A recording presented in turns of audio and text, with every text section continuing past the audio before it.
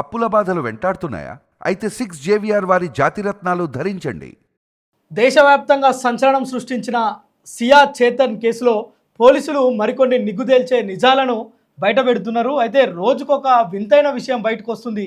వీళ్లకు ఎవరైతే కేతన్ అగర్వాల్ అదేవిధంగా సియా గోయల్ వీరిద్దరి ఎంగేజ్మెంట్కు ముందే తను చేతన్తో రిలేషన్షిప్లో ఉంది. సో ఈ రిలేషన్షిప్లో భాగంగా తను అంతకుముందే ప్రెగ్నెన్సీ అయినట్లు ఈ యొక్క ఎంగేజ్మెంట్ జరగడంతో ఈ విషయం బయటికి పొక్కకుండా స్థానికంగా ఉన్న ఒక ప్రైవేట్ క్లినిక్లో ఈ యొక్క అంటే ప్రెగ్నెన్సీని తొలగించినట్టు అంటే అబార్షన్ కూడా చేయించుకున్నట్లు పోలీసుల విచారణలో వెల్లడైంది. అయితే నిన్న ఇద్దరు నిందితులను కూడా ప్రముఖ లోగఢ్ ప్రాంతానికి సీన్ రీకన్స్ట్రక్షన్ కోసం తీసుకొచ్చిరు. అక్కడ ఇద్దరిని వేరువేరుగా పోలీసులు విచారణ చేసిరు. మొట్టమొదటిగా సియాను ఆ యొక్క సంఘటన జరిగిన స్థలానికి తీసుకువెళ్ళి కేతన్ను ఏ విధంగా చంపుదామనుకున్నారు, ఎలా చంపేందుకు అంటే ఏ స్పాట్ని ఎంచుకున్నారు, అక్కడే ఎందుకు ఎంచుకున్నారు, ఒకవేళ అక్కడి నుంచి కింద పడేస్తే చనిపోతారని ముందే ఏమైనా తెలుసుకున్నారా అంటే వీటన్నిటికి సంబంధించి ఇద్దరిని వేరువేరుగా మళ్ళీ ఎవరైనా ఏదైనా విషయాన్ని కనుక ఇద్దరు తేడాగా చెప్తే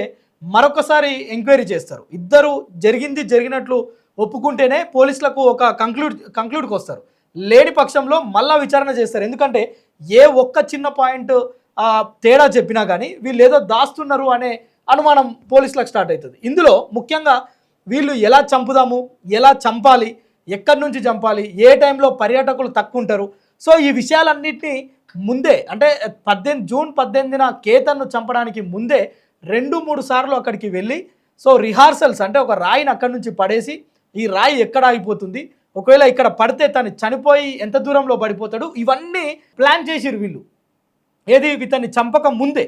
సో ఈ మర్డర్ కేసు కంటే ముందే వీళ్ళు ఇలా 2-3 సార్లు రిహార్సల్స్ చేసి ఒక కంక్లూడ్కి వచ్చిన తర్వాత ఇక్కడ నుంచి చంపేస్తే ఇక్కడ నుంచి నెట్టేస్తే ఎలాంటి ఇబ్బంది ఉండదు, ఎట్టి పరిస్థితుల్లో చనిపోతారనే ఒక కంక్లూజన్కి వచ్చినాకనే జూన్ 18న సియా గోయల్ అదేవిధంగా ప్రియుడు చేతన్ ఇద్దరు కూడా ఈ యొక్క అఘాయిత్యానికి పాల్పడ్డట్లు పోలీసులు గుర్తించారు. మరొక విషయం ఏంటంటే పోలీసులు ఒకవేళ ఇందులో పొరపాటున దొరికితే ఇద్దరం పోలీసులకు వాళ్ళు అడిగే క్వశ్చన్స్కి తడబాటు లేకుండా ఏ విధంగా ఆన్సర్స్ చెప్పాలి, ఒకవేళ వాళ్ళకు కూడా డౌట్ రాకుండా మనం స్కిప్ అయ్యే ప్రయత్నం ఏం చేయాలి అనే దానిపైన కూడా పోలీసులు సియా కావచ్చు అదేవిధంగా చేతన్ కావచ్చు ఇద్దరు కూడా గూగుల్ని ఏ విధంగా అంటే దాన్ని ఇక అష్టచం ఆడుకున్నారు గూగుల్ని.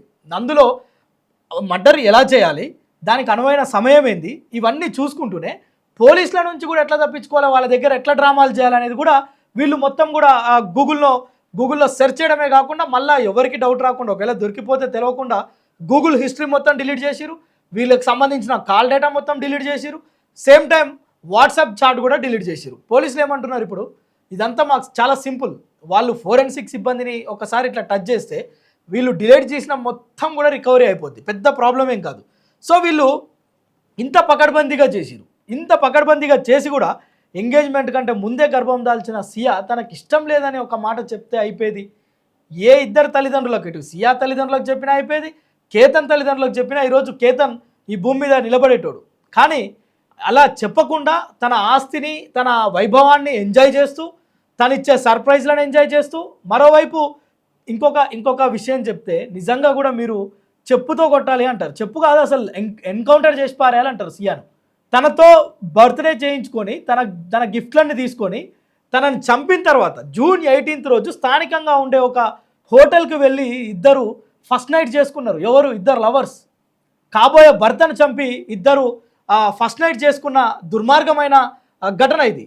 ఎవడన్నా ఎంజాయ్ చేస్తారు తాగి తిని, కానీ వీళ్ళేం చేసిరు ఆ సంతోషంలో తట్టుకోలేక హోటల్కి వెళ్ళేసి రూమ్ బుక్ చేసేసుకొని ఇద్దరు ఫస్ట్ నైట్ చేసుకున్న పరిస్థితి. సో ఇది పోలీసులను నిజంగా కూడా కలిచివేసింది. పోలీసులే కాదు అక్కడ ఉన్న వాళ్ళందరూ ఈ విషయం తెలిసినాక పాపం రోడ్ల మీదకి వచ్చి నిరసనలు వ్యక్తం చేస్తున్నారు.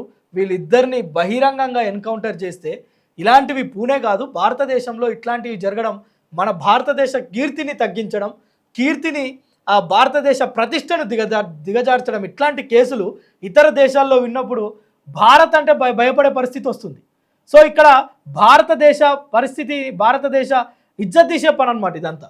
సో అందుకే వీళ్ళిద్దరిని ఎన్కౌంటర్ చేస్తే ఇంకా మున్ముందు కనుక ఎవడైనా ఇట్లాంటి దుర్మార్గానికి పాల్పడాలంటే వీళ్ళిద్దరి ఎన్కౌంటర్ కనిపించాలని చెప్పి వాళ్ళంతా రోడ్ల మీదకి వచ్చి ప్లకార్డులు పట్టుకొని నిరసన వ్యక్తం చేయటం మనం అక్కడ చూస్తున్నాం. మరొక విషయం పాపం కేతన్కు కొంత బట్టతల ఉందంట. తను విగ్గు పెట్టుకొని మెయింటైన్ చేస్తున్నాడు. 600 కోట్లకు అధిపతి అందగాడు విగ్గు పెట్టుకుంటే తప్పేముంది? విగ్గు నచ్చలేదని చెప్పింది ఫస్ట్ నేను చేయలేదని ఇద్దరు కొట్టుకున్నారు. తర్వాత విగ్ అనే విషయం బయటకు వచ్చింది. ఆ తర్వాత తను ప్రెగ్నెన్సీ అబార్షన్ చేయించుకుందనే విషయం ఇట్లా తవ్వుతూ ఉంటే వస్తున్నాయి రోజు. ఈ కేసులో పోలీసులే ఒక రకంగా చెప్పాలంటే వాళ్ళు ఇట్లాంటి కేసులు మేము ఎన్నడూ చూడలేదని చెప్తున్నారు. సో ఇట్లా ఈ కేసు మొత్తంలో కూడా ఎన్ని చేసినా కానీ, ఎంత అరాచకం చేసినా కానీ పోలీసులు ఎట్టకేలకు వాళ్ళ కడుపుల నుంచి కసరంతా ఎల్లగట్టిస్తున్నారు. సో వీళ్ళను రీకన్స్ట్రక్షన్కి తీసుకువెళ్ళినప్పుడు ఎన్కౌంటర్ చేస్తారని కొంతమంది ఊహాగానాలు బయటకు వచ్చినాయి. కానీ వాళ్ళని సేఫ్గా స్టేషన్కి అయితే తీసుకెళ్ళారు. చూడాలి వీళ్ళకు ఎలాంటి శిక్షలు పడతాయో. ప్రస్తుతం అయితే మీరేమనుకుంటున్నారు? ఇన్ని ఉన్నాయి. ఒకటి బట్టతల కారణం చెప్పింది, నేను చేయలేదు, నాకు సంబంధం లేదు, నాకు కేతన్ అంటే ఇష్టం, చేతనే నన్ను బలవంతం పెట్టిండని సియా చెప్పింది. కానీ సియా మీద చేతన్ చెప్పిండు. సో తన డబ్బులన్నీ కూడా ఎంజాయ్ చేస్తూ మరోవైపు తనని చంపి ఆ హోటల్లో శోభనం చేసుకున్నారంటే వీళ్ళ దుర్మార్గమైన అంశాలు ఒకటి కాదు, రెండు కాదు, ఇట్లా చెప్పుకుంటూ పోతే ఒక 10 గల్లా చెప్పుకోవచ్చు. సో వీటన్నిటిని విన్న తర్వాత వీళ్ళని ఎట్లా శిక్షిస్తే బాగుంటుందో మీరు కామెంట్ చేయండి.